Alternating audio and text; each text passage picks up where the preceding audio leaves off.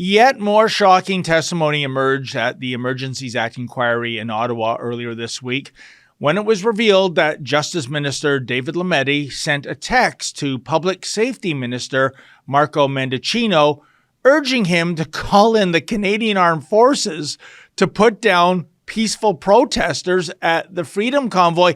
And that was on day 5.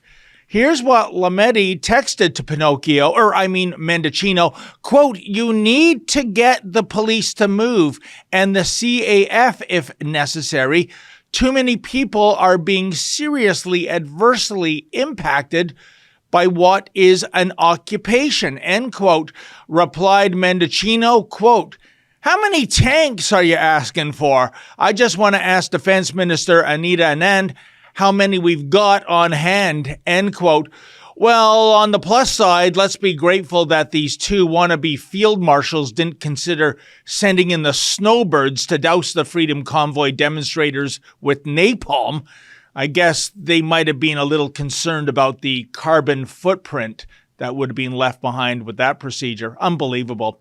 And now with her thoughts on this disturbing matter is Rebel News chief reporter Sheila Gunn Reid. Hey there, Sheila. How you doing? Oh, I'm great, David. It's Snake Week down at the Public Order Emergency Commission. Bunch of lying snakes these people are. I'm so glad you started off the show with the text message about the tanks, because we've heard that was a poor attempt at humor. Yeah, real poor. Joking about Tiananmen squaring peaceful protesters in Canada's nation's capital. That's not a great joke. Now, that's how David Lametti and his counterpart, Marco Mendicino, sort of shrugged that off. They said, oh, it's just a joke. Now, I'm not sure it is a joke. But either way, these are horrible people who have no business near the levers of power in this country. Because if you are a cabinet minister who looks at bouncy castles and hot tubs and little kids playing street hockey and thinks, you know what, time to send in the tanks. We need to tank man these people. You're a horrible person. But likewise, if you're joking about tank manning people in the nation's capital, if you think that's funny, you're also a horrible person. So you know what, David Lametti? It's dealer's choice. What kind of horrible person that shouldn't be near the levers of power are you? I'll let you choose, because my mind is already made up. Well, Sheila, on that point about Lametti and Mendicino saying, oh, it's just a joke, it was just joking banter on those text messages. Two things, Sheila. One, I love jokes, I love comedians, but where is the punchline? I mean, Tiananmen Square is not a knee slapper event in history when it comes to humor.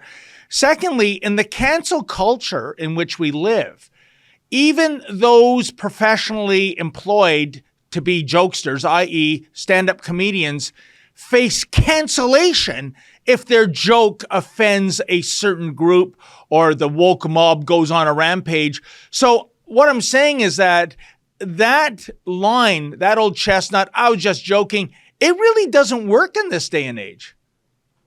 No, I mean, who's the punchline? We're the punchline, David. Yeah. All of us are, because these are the people in charge. And frankly, I don't think it was a joke. I think they wanted one tank as a show of force, as intimidation 5 days into the protest.